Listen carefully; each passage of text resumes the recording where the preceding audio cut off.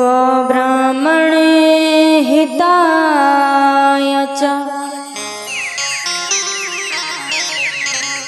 जगद्धिताय कृष्णाय गोविन्दाय नमो नमः।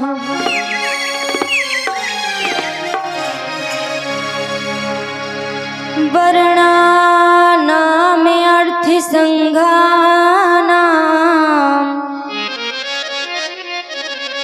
रसानाम् छन्दसामपि मङ्गलानां च कर्तारौ वन्दे वाणी विनायको।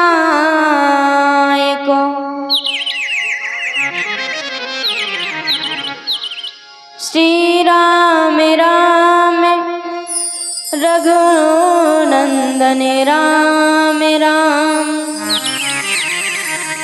श्रीराम राम भरता गजे राम राम। श्री राम राम रण करे कसे राम राम। श्री राम राम शरणं भव राम राम।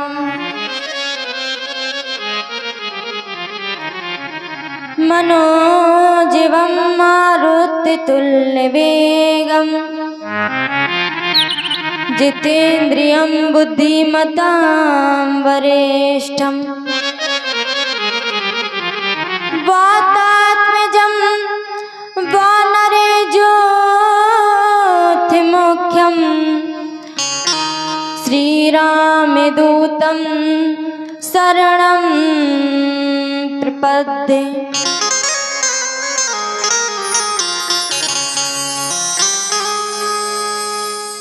आनंद धन गोविंद मन मंदिरे अनन्य निवासिनी। घनश्याम धनित चातकी घनश्याम धनाहित मोरिणी। छवि ललित कमला कोटि सम मंदिरे अनन्य निवासिनी। शशिवदन कंज विलोचनी श्री चंद्रिका मृदुहासिनी।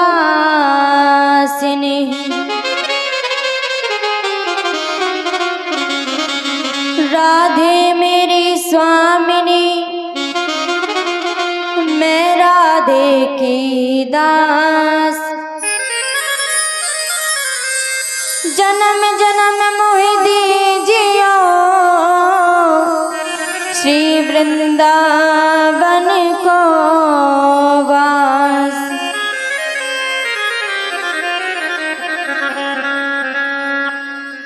राधे तू बड़े भागिनी अरे कौन तपस्या कीन।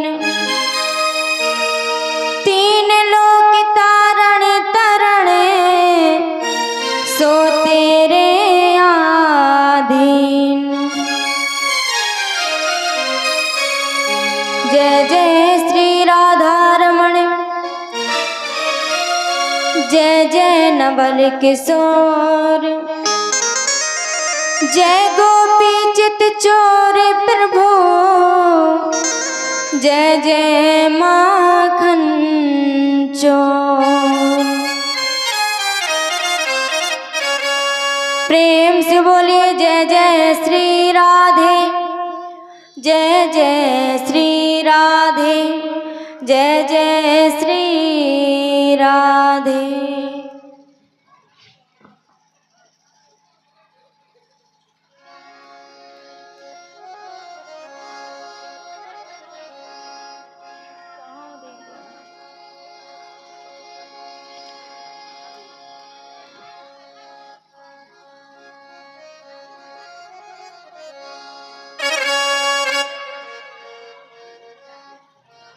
और रुक्मणी जी के विवाह की कथा भी होगी, लेकिन इससे पूर्व सभी को जब यहाँ पर सभी लोग पंडाल पर आ गए हैं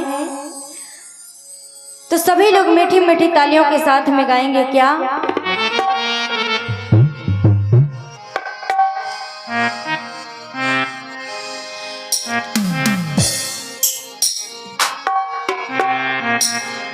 अरे राधे कृष्णा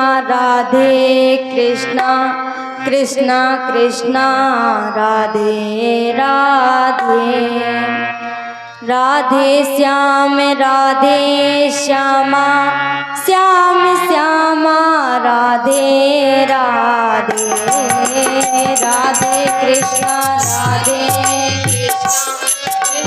कृष्णा राधे राधे, राधे श्याम श्याम श्यामा राधे राधे। मीठी मीठी तालियों के साथ में सभी लोग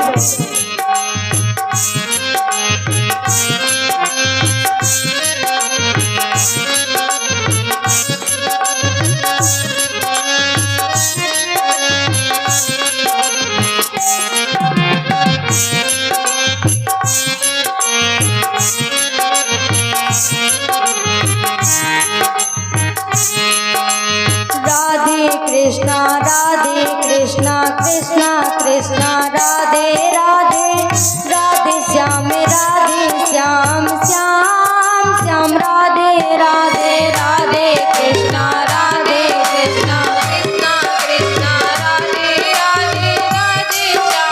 राधे श्याम श्याम राधे राधे, राधे कृष्णा कृष्णा कृष्णा राधे राधे, राधे श्याम श्यामा श्याम राधे राधे, राधे कृष्णा कृष्णा राधे राधे, राधे श्याम श्याम राधे राधे,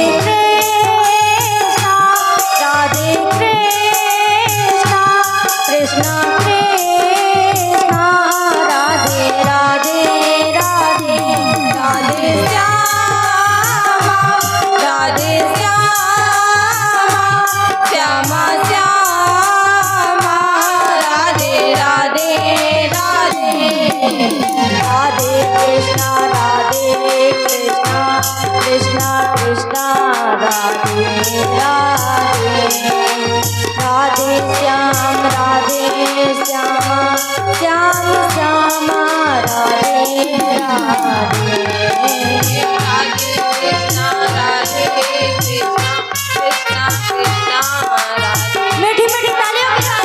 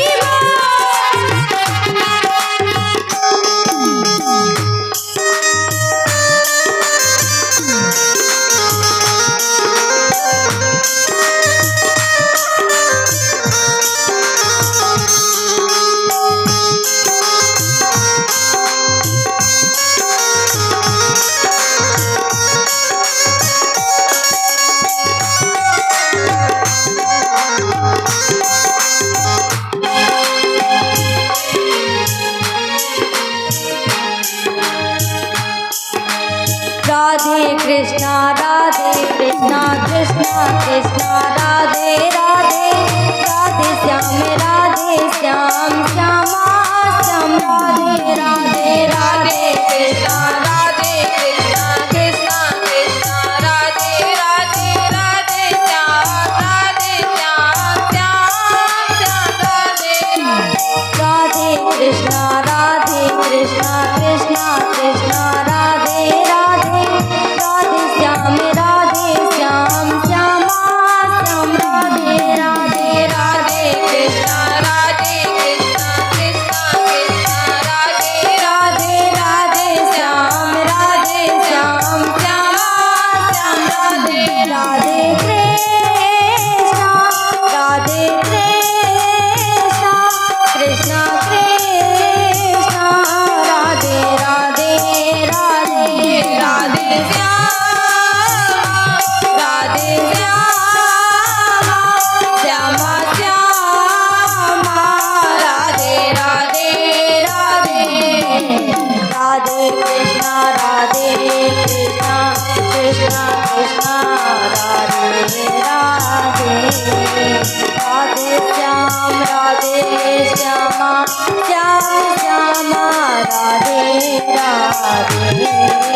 राधे कृष्णा राधे कृष्णा कृष्णा कृष्णा राधे राधे राधे श्यामा श्याम श्यामा राधे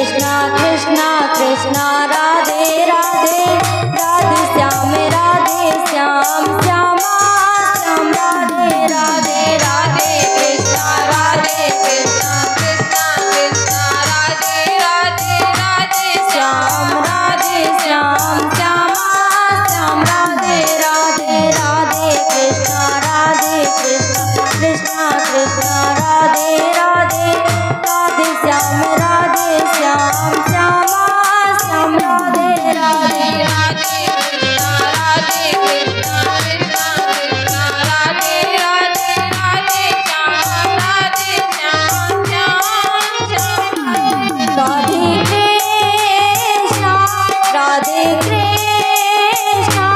कृष्णा कृष्णा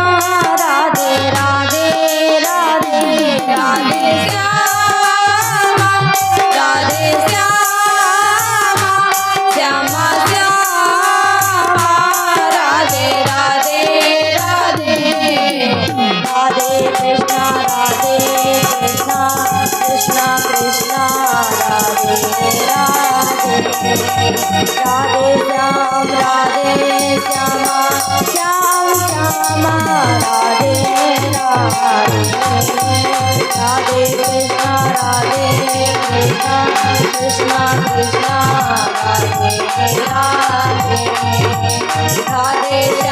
राधे श्याम श्यामा श्यामा राधे राधे श्याम श्यामा राधे राधे श्याम श्यामा राधे राधे।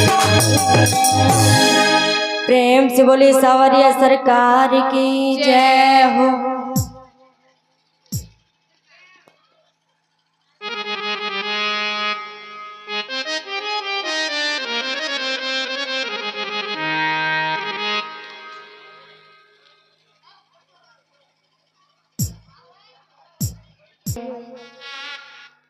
जैसा कि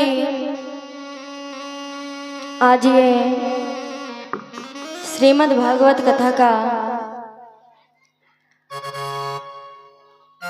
षष्ठम दिवस है, हम आप सभी इस षष्ठम दिवस की कथा में प्रवेश करते हैं, जहां पर कल कथा को विश्राम दिया गया था। आप सभी लोगों ने गोवर्धन नाथ जी के दर्शन किए थे। तो महाराज सभी ब्रजवासियों ने गोवर्धन नाथ जी की पूजा की विधि विधान से 56 प्रकार के गोवर्धन नाथ जी को भोग लगा।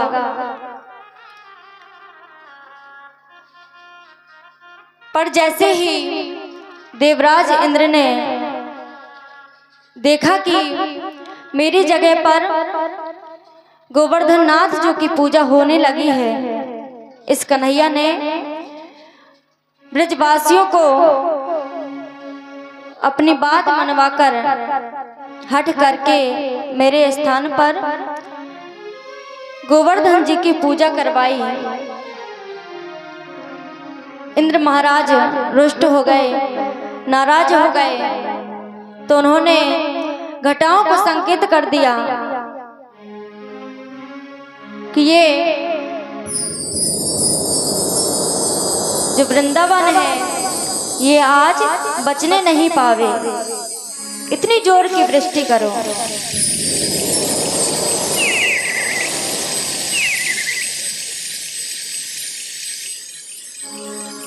और जब जोर की वृष्टि होने लगी तो ब्रजवासियों की सुरक्षा के लिए मेरे कन्हैया लाल ने अपनी कनिष्ठ की उंगली के बल पर गोवर्धन पर्वत को उठा लिया। सभी ब्रजवासी गोप गोपिकाएं उस गोवर्धन नाथ जी के नीचे आकर के खड़े हो गए।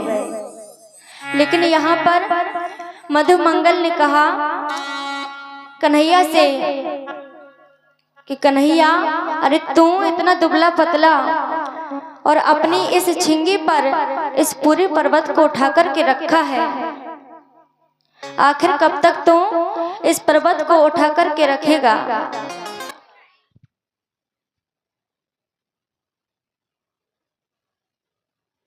कहा कि कन्हैया, अरे तू इतना दुबला पतला, आखिर तू इस गिरिराज पर्वत को कब तक धारण किए रहेगा? अरे तू हट, तेरी जगह पर हम सभी ब्रजवासी इस पर्वत को उठा लिए रहे हैं। लेकिन कन्हैया ने कहा कि ये सब तुम क्या जानो, अरे तुम सारे के सारे ब्रजवासी भी इकट्ठे हो जाओ, लेकिन गोवर्धन नाथ जी को धारण नहीं कर सकते। लेकिन मधुमंगल ने जिद की, बोले कन्हैया मेरी बात मान, तू एक तरफ हो जा। कन्हैया ने मन में विचार किया, जरा इनकी ताकत को ही देख ले। और कन्हैया ने जैसे ही अपनी छिंगी को हटाया, सारे के सारे ब्रजवासी कोई डंडा लेकर के आ गया, कोई अपनी छड़ी लेकर के आ गया, और वहां पर गिरिराज पर्वत को उठाने के लिए सभी लोग गोवर्धन नाथ जी के नीचे आ गए। लेकिन महाराज, जहां तक कन्हैया लाल जानते थे कि इनके ये बस की बात नहीं है, केवल देखना था। क्यों? क्योंकि मधुमंगल जी जिद कर रहे थे।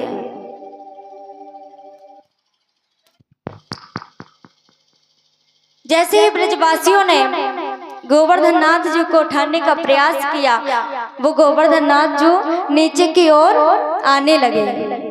जैसे ही नीचे की ओर आने लगे तो मधुमंगल चिल्लाने लगा, बोला कन्हैया, अरे बचाओ, कन्हैया बचाओ, पता नहीं तुम्हारे गिरिराज पर्वत ये नीचे की ओर क्यों चले आ रहे हैं। कन्हैया बोले, अरे मैंने पहले ही बोला था कि ये तुम लोगों के बस की बात नहीं है। तो मधुमंगल कहते हैं, कन्हैया जब ये हम सभी ब्रजवासी मिलकर के गोवर्धन नाथ जी को नहीं उठा सकते, तो फिर तुम अकेले केवल अपनी इस छिंगी से इतनी देर तक, आज 3 दिन बीत गए, लेकिन तुम अभी तक गिरिराज पर्वत को धारण किए हो। आखिर तुमने क्या खाया है? जितना तुम खाते हो माखन दही, उतना तो हम खाते हैं। बोले गिरिराज पर्वत जी तुम्हारे ऊपर ज्यादा खुश हैं क्या? कन्हैया कहते हैं, ऐसी कोई बात नहीं है, तुम दूर हटो और यहीं पर छुपे रहो जब तक ये इंद्र भगवान वर्षा कर रहे हैं। और मेरे भगवान कन्हैया गिरिराज पर्वत जी को 7 रात्रि और 7 दिन तक केवल अपनी इस छिंगी के बल से गिरिराज पर्वत को धारण किए रहे। एक बार प्रेम से बोले गिरिराज पर्वत जी महाराज की जय हो। अब यहाँ पर बात आती है कि जब कन्हैया गैया चराने गए थे, ब्रह्मा जी ने केवल परीक्षा करने के लिए उनकी जितने भी गैयाएं थी, बछड़े थे, सभी को चुरा लिया था। कितने वर्ष के लिए? केवल 1 वर्ष के लिए। फिर भगवान को जब पता चला, उन्होंने नेत्र बंद करके देखा कि ये करामात किसकी है। पता चला कि ब्रह्मा जी ने, ब्रह्मदेव ने मेरे गाय और बछड़ों को चुरा करके वो ब्रह्मलोक में ले गए। भगवान ने अपनी माया दिखाई और वहां से गैया बछड़े सब लेकर के आए। वहां पर ब्रह्मा जी ने प्रभु से क्षमा प्रार्थना मांगी, क्षमा याचना की, प्रभु मुझको क्षमा कर दीजिए। पर यहाँ पर एक बात आती है, जब ब्रह्मा जी ने भगवान कन्हैया के गौ बछड़ों को चुराया 1 वर्ष के लिए, पर प्रभु को पता चला, ब्रह्मा जी ने क्षमा याचना की और कितने मंत्रों में की। तो यहाँ पर वेद व्यास जी श्रीमद् भागवत में वर्णन देते हैं कि 40 मंत्रों में ब्रह्मा जी ने प्रभु से क्षमा याचना मांगी, पर प्रभु ने उनको क्षमा नहीं किया। अब क्षमा क्यों नहीं किया, ये भी जानने योग्य बात है। तो वेद व्यास जी श्रीमद् भागवत में एक बड़ा प्यारा श्लोक लिखते हैं, क्या? विशुद्ध सत्वम तविधाम शांतम तपोमयम ध्वस्त जस्त मस्तकम माया मैं अयोयम गुण संप्रबाहुना विदते ते ग्रहणानुबंधा। वेद व्यास जी वर्णन देते हैं, क्या? कि विशुद्ध सत्वम तव धामम। बोले महाराज, ब्रह्मा जी ने 40 मंत्रों में प्रभु की स्तुति की, प्रभु को मनाया, क्षमा याचना की, पर प्रभु ने यहाँ पर ब्रह्मा जी को क्षमा नहीं किया। लेकिन दूसरी ओर देखा जाए, गलती इंद्रदेव ने भी की। गलती कौन सी की? प्रभु से नाराज हो गए, ब्रजवासियों से नाराज हो गए और काम बिगाड़ने के लिए घटाओं को संकेत कर दिया कि तुम इतनी जोर की वृष्टि करना कि ये ब्रजमंडल पूरा का पूरा बह जाए। फिर प्रभु को पता चला, बाद में इंद्र भगवान ने भी प्रभु से क्षमा याचना की। तो वेद व्यास जी कहते हैं, केवल इंद्र भगवान ने केवल 10 मंत्रों में स्तुति की और प्रभु ने उनको क्षमा कर दिया। बोले ऐसा क्यों? बोले गलती तो ब्रह्मा जी ने की थी। कैसी गलती? बोले कि उनके ग्वाल बाल सखाओं को और गौ और बछड़ों को चुरा लिया था। और यहाँ पर दूसरी ओर इंद्र भगवान ने गलती से घटाओं को संकेत कर दिया, कष्ट पहुंचाने के लिए। किसको? ब्रजवासियों को। पर यहाँ पर इंद्र भगवान ने 10 मंत्रों में स्तुति की और प्रभु ने तुरंत इंद्र भगवान से कह दिया कि जाओ देवराज, मैंने तुम्हें क्षमा कर दिया। कहते क्या है? तो वेद व्यास जी ने बड़ा ही सुंदर वर्णन दिया है, क्या? पिता गुरुस्त्वं जगदामिधीशो दुरत्या प्रालुपात दंडा हिताय स्वेच्छा तनु भी समी हसे। बोले महाराज, इंद्र भगवान ने केवल 10 मंत्रों में स्तुति की, पर उनको क्षमा क्यों कर दिया? तो वेद व्यास जी श्रीमद् भागवत में लिखते हैं कि गलती तो दोनों ने की, लेकिन उनकी दोनों की गलती में अंतर है। बोले अंतर कैसा है? बोले ब्रह्मा जी ने जो गलती की उसमें कन्हैया के जो प्रिय सखा थे, ग्वाल बाल थे, उनकी गैयाएं थी, बछड़े थे, उनको प्रभु से दूर कर दिया। और प्रभु को उनसे दूर करने पर जो प्रभु को कष्ट हुआ, अगर प्रभु को अपने भक्तों से दूर होना पड़े तो फिर प्रभु उसको कभी क्षमा करने वाले नहीं हैं। और जब दूसरी ओर देखा जाए, बोले महाराज, देवराज इंद्र ने भी गलती की। भगवान बोले गलती तो की थी, लेकिन उस गलती का बहुत ही बड़ा कारण था। बोले उस गलती की वजह से मेरे सारे के सारे जो ग्वाल बाल थे, सखा थे, जितने भी ब्रजवासी थे, उस गलती की वजह से। क्यों? क्योंकि देवराज इंद्र ने षड्यंत्र रचा कि ये ब्रजमंडल सारा का सारा बह जाए। लेकिन उस षड्यंत्र के द्वारा भगवान के जितने भी ग्वाल बाल थे और उनके और भी अधिक निकट आ गए। तो वेद व्यास जी कहते हैं गलती दोनों ने की, लेकिन उसकी गलती में अंतर था। बोले एक गलती में उनके सखा उनसे दूर हो गए तो उन्होंने ब्रह्मा जी को माफ नहीं किया, लेकिन दूसरी गलती देवराज इंद्र ने की और उस गलती की वजह से मेरे सखा, मेरे ब्रजवासी, मेरे गोप गोपिकाएं सबके सब मेरे और अधिक करीब आ गए, इसलिए मैंने उनको क्षमा कर दिया।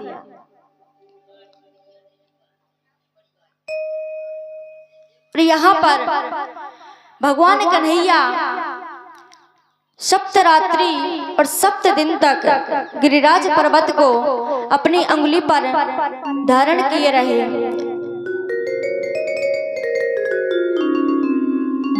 सुखदेव जी महाराज राजा परीक्षित से कहते हैं कि राजन,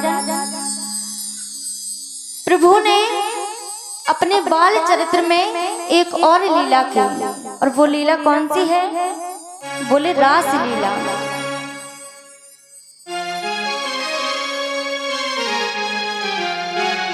राजा परीक्षित कहने लगे कि महाराज कृपया करके, जैसे मक्खन चोरी की लीला हुई थी, चीर हरण की लीला आपने मुझको सुनाई, लेकिन रास लीला क्या है? रास लीला किसको कहते हैं और प्रभु ने रास लीला किसके साथ में की? कृपया करके मुझे ये कथा सुनाइए। तो सुखदेव जी महाराज राजा परीक्षित से कहते हैं कि रास लीला को कई लोग, कई कवि, अपना अपना मत होता है कवियों का। तो किसी ने कहा रास लीला को काम लीला में बदल दिया। बोले प्रभु ने जो रास लीला की वो कोई रास लीला नहीं थी। बोले क्या थी? तो बोले वो काम लीला थी। पर यहाँ पर सुखदेव जी महाराज कहते हैं कि प्रभु ने कोई भी काम लीला नहीं की। क्यों? क्योंकि जब उन्होंने गोपियों के साथ में रास रचाया तो उनकी उम्र कितनी थी? 5 से 7 वर्ष के बीच में।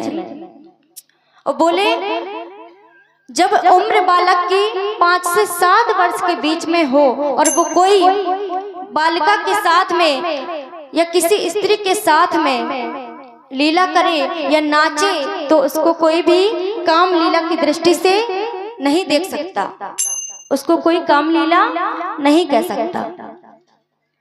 तो बोले प्रभु फिर भगवान ने रास लीला आखिर किसके साथ में की? तो सुखदेव जी महाराज कहते हैं राजा परीक्षित से कि एक दिन कन्हैया अपने ग्वाल बाल सखाओं के साथ में गैया चराने गए और वहां पर उस दिन वो अपने साथ में खाने की वस्तुएं लेकर के नहीं गए थे। यशोदा मैया जब भी कन्हैया वन में जाते थे ना तो यशोदा मैया उनको एक कपड़े में फल बांध देती थी, अच्छे अच्छे पकवान बना करके उस कपड़े में लपेट करके कन्हैया को दे देती थी कि तुम अकेले नहीं खाना, इसको अपने सभी मित्रों के साथ में भी बांटना।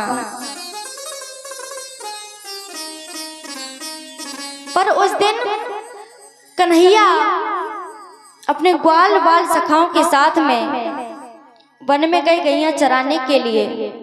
बड़ी जोर की भूख लगी तो मधुमंगल जी बोले कन्हैया अरे अब बड़ी जोर की भूख लगी है, कुछ खाने की व्यवस्था है क्या? कन्हैया बोले आज तो मैं कुछ खाने के लिए नहीं लाया, एक काम करो कि यहाँ थोड़ी दूर पर यज्ञ चल रहा है और वहां पर ऋषि मुनि आहुति दे रहे हैं, यज्ञ हो रहा है उनके पास जाना, उनसे प्रणाम कहना और ये उनसे जाकर के बोलना कि महाराज हम इस वन में आ तो गए हैं, लेकिन आज अपने खाने के जो भी फलाहार था वो वहीं पर छोड़ कर के आ गए हैं। महाराज कुछ खाने के लिए कुछ अन्न दे दीजिए, तो वो कृपा करेंगे। अब ग्वाल बाल सभी कन्हैया ने जो कहा, कन्हैया की बात सुनकर के सभी ग्वाल बाल संतों के पास पहुंच गए। संत जी हम आपको प्रणाम करते हैं। अब संत जी तो आहुति दे रहे थे, यज्ञ चल रहा था और यज्ञ का एक नियम भी होता है कि यज्ञ के बीच में जब भी कोई आहुति डालता है, मंत्र उच्चारण करता है, तो उसके बीच में कोई बोलता नहीं है।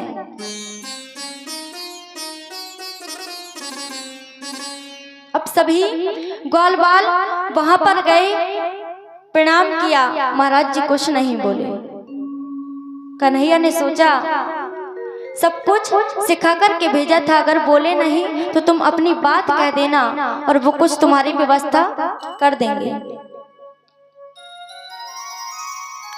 ग्वाल बालों ने कहा कि महाराज हम गैया चराते चराते इस वन में बहुत दूरी पर आ गए हैं, इसलिए हम चाहते हैं, हमको कन्हैया ने भेजा है और आप अगर कृपा करके हमको कुछ खाने की सामग्री दे दें तो आपकी महान कृपा होगी। संत जी फिर भी कुछ नहीं बोले। जब कुछ नहीं बोले तो कन्हैया के ग्वाल बाल जितने भी सखा थे सब उदास होकर के कन्हैया के पास पहुंच गए।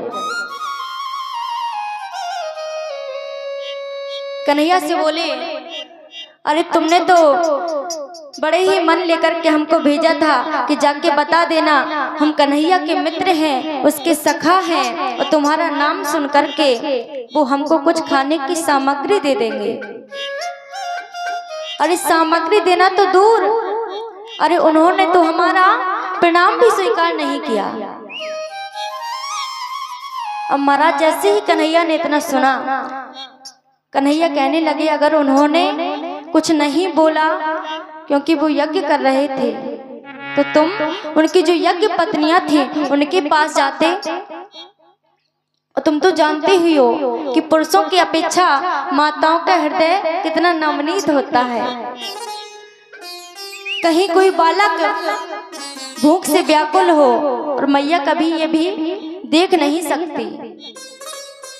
संतों ने जब तुम्हें कुछ नहीं बोला तो तुम्हें वहीं के वहीं यज्ञ पत्नियों के पास जाना चाहिए था। तुम ये बात उनके पास जाकर के रखते और कहते कि मैया हमको बड़ी जोर की भूख लगी है, कुछ खाने की सामग्री दे दीजिए, तो वो आप लोगों को जरूर कुछ ना कुछ दे देती। ग्वाल बाल सखाओं ने कहा कन्हैया अभी कुछ नहीं बिगड़ा, अभी जाकर के देख लेते हैं। तुमने भेजा, हम वहां पर गए, एक जगह तो मना हो गया, लेकिन दूसरी जगह देखते हैं। तुमने कहा है कि माताओं का हृदय जल्दी पिघल जाता है, ये भी देख लेते हैं।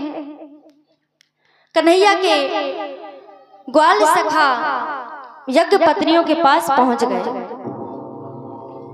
जाकर के कहा मैया हम आप सभी को प्रणाम करते हैं। मैया ने कहा आओ बालकों, क्या बात है। सखाओं ने कहा कि मैया पहले तो हम आपके पतियों के पास में गए थे पर उन्होंने कुछ बोला नहीं और हमें बड़ी जोर की भूख लगी है, इसलिए कुछ खाने की व्यवस्था हो जाती तो अच्छा रहता। अरे कन्हैया भी आज हमारा भूखा है।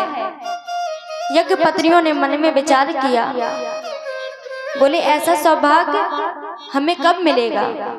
अरे वो तो स्वयं परम पिता है, परमात्मा है, और ये हमारे लिए परम सौभाग्य है कि हम उसके लिए कुछ खाने के लिए दे सके।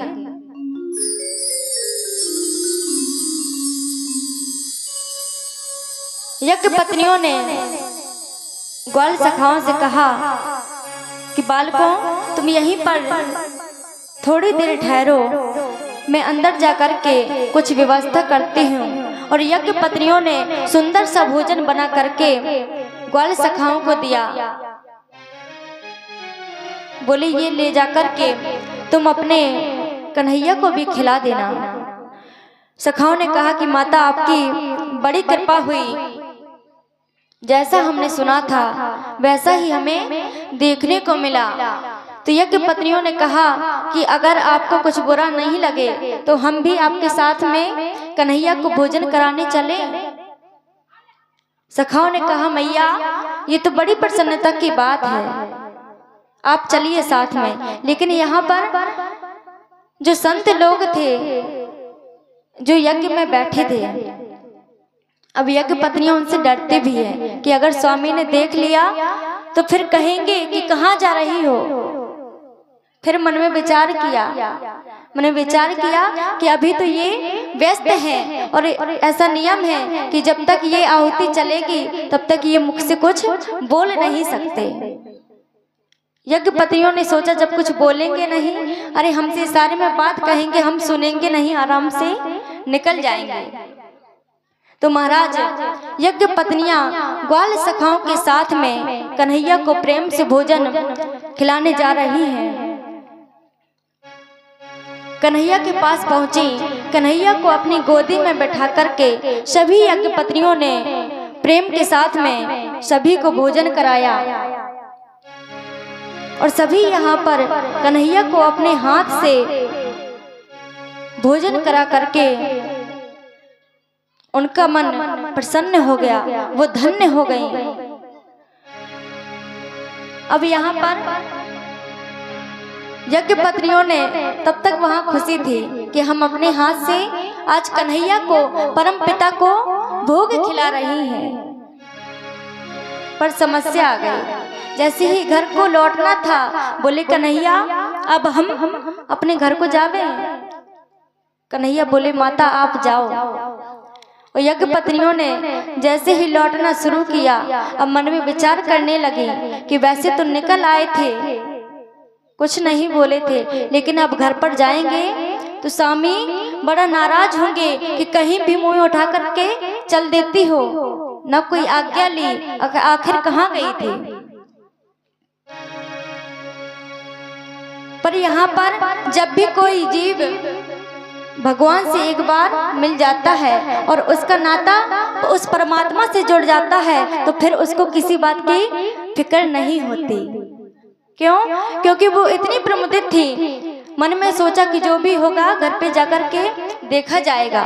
यज्ञ पत्नियां घर पर आई, पर यहाँ पर विपरीत हो गया। जहाँ पर संत लोगों को यज्ञ पत्नियों पर गुस्सा होना चाहिए था, नाराज होना चाहिए था, पर यहाँ पर उसका तुरंत विपरीत हो गया। उन्होंने यज्ञ पत्नियों का बड़ा सम्मान किया, बड़े प्रेम से कहे, बोले देवी कहाँ गई थी।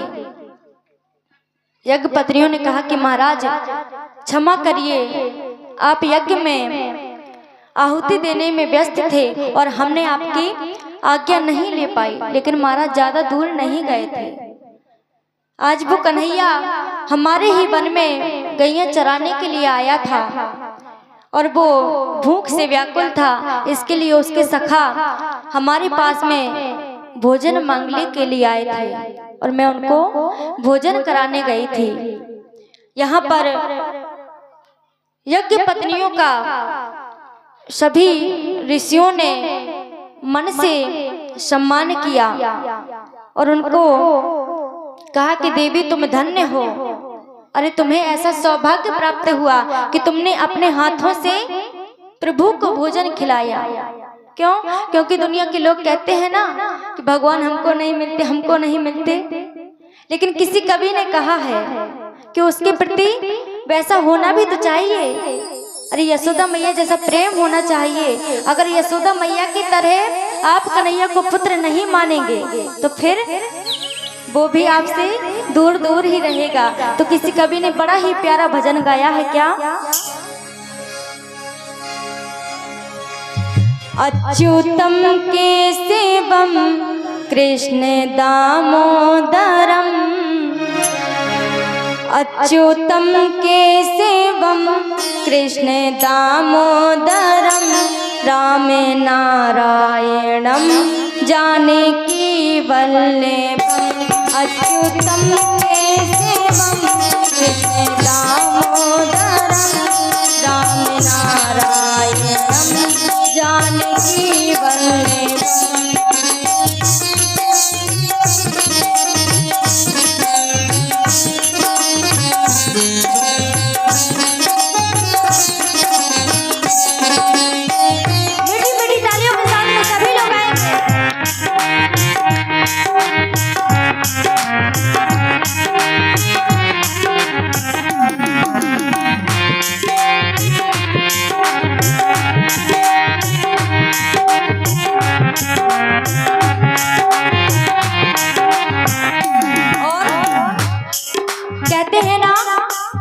सभी लोग घर में पूजा करते हैं, लेकिन कहने लगते हैं कई लोग कि हम भी तो भगवान के मंदिर में जाते हैं, प्रभु से प्रार्थना करते हैं, प्रभु को बुलाते हैं, लेकिन वो आते नहीं।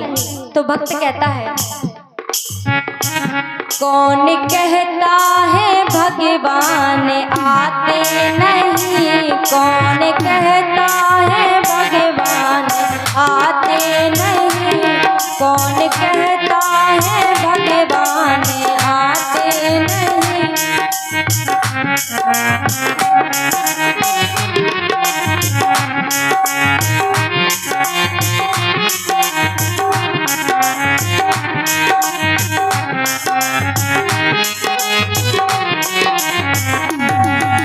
तो भक्त कहता है, कहते तो सभी हैं, लेकिन उस प्रकार का भाव भी तो होना चाहिए। किसकी तरह?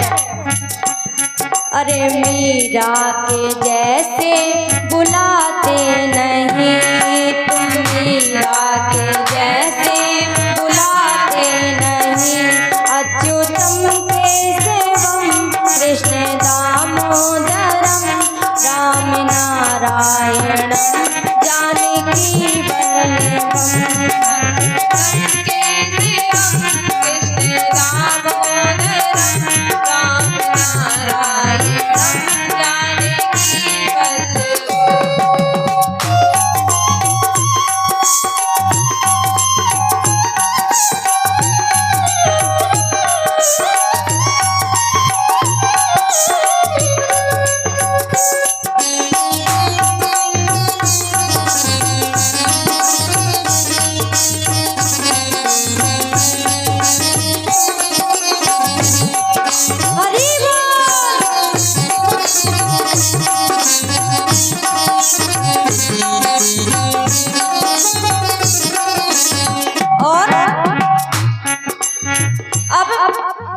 भक्त ऐसे होते हैं, प्रभु के सामने जाते हैं पूजा करने, लेकिन जब भोग लगाते हैं तो भोग किस प्रकार से लगाते हैं? प्रभु के सामने प्रसाद रखा, जो भी बना है, ज्यादातर तो मिश्री या फिर चीनी ही रख देते हैं और जाते हैं, हाथ जोड़े, आंख बंद की, पर्दा लगाया, 2 मिनट नहीं हुए और भगवान ने भोजन कर लिया। तो भक्त कहता है, कौन कहते हैं भगवान खाते नहीं, कौन कहते हैं भगवान खाते नहीं, कौन कहते हैं भगवान खाते नहीं, कौन कहते हैं भगवान खाते नहीं। तो भक्त कहता है, भगवान खाएंगे, लेकिन खाने के लिए बनना पड़ेगा किसकी तरह? तो एक उदाहरण दिया, किसका? मैया सबरी का। कहते हैं, कौन कहते हैं भगवान खाते नहीं, कौन कहते हैं भगवान खाते नहीं। मैया सबरी के जैसे खिलाते नहीं, मैया सबरी के जैसे खिलाते नहीं।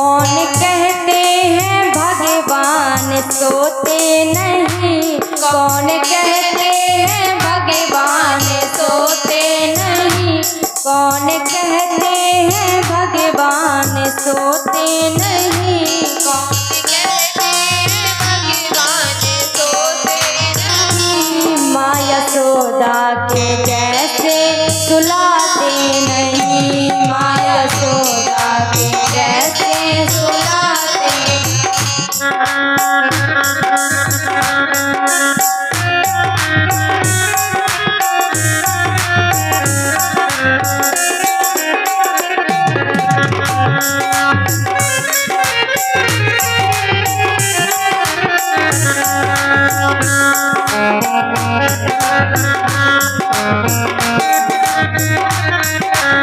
हरि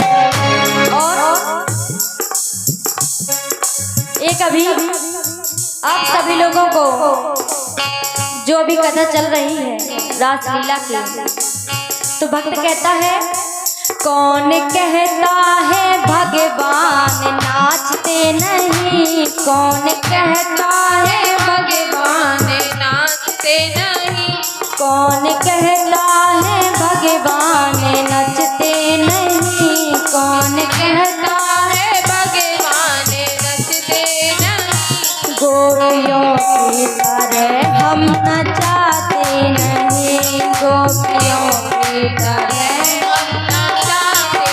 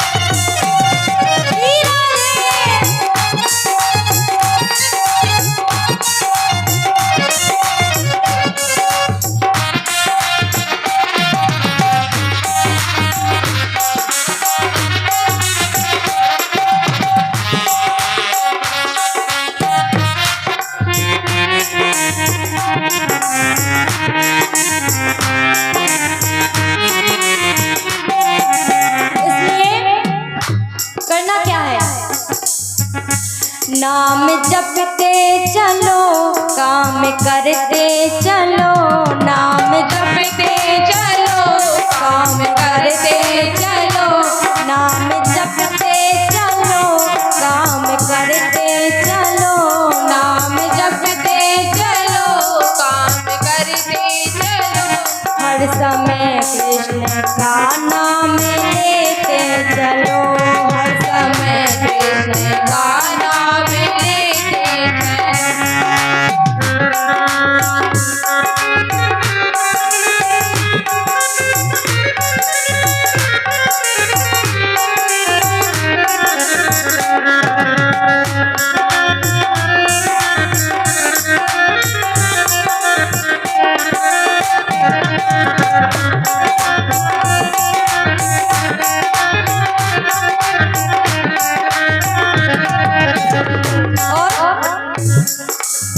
जब हम उस परम पिता परमात्मा का नाम लेंगे तो ऐसा नहीं है, कहते हैं ना, एक कहावत है कि भगवान के घर में देर है लेकिन अंधेर नहीं है।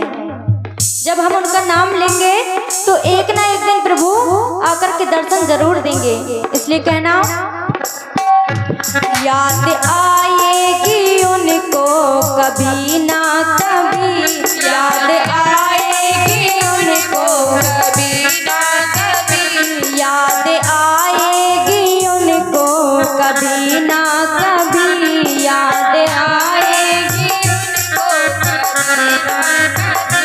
गोविंद दर्शन तो देंगे कभी ना कभी, गोविंद दर्शन तो देंगे कभी ना कभी।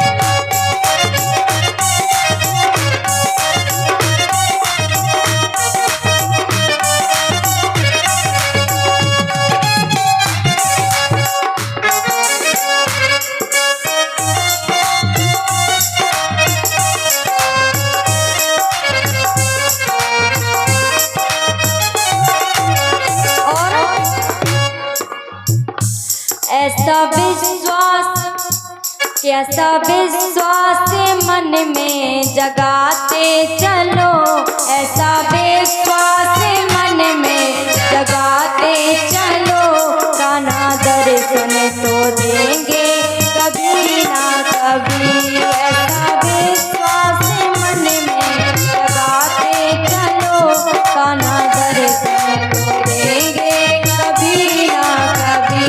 अच्युतम केशवम कृष्ण दामोदरम, राम नारायणम जानकी वल्लभम। अच्युतम केशवम कृष्ण दामोदरम, राम नारायणम जानकी वल्लभम। राम नारायणम जानकी वल्लभम, राम नारायणम जानकी वल्लभम।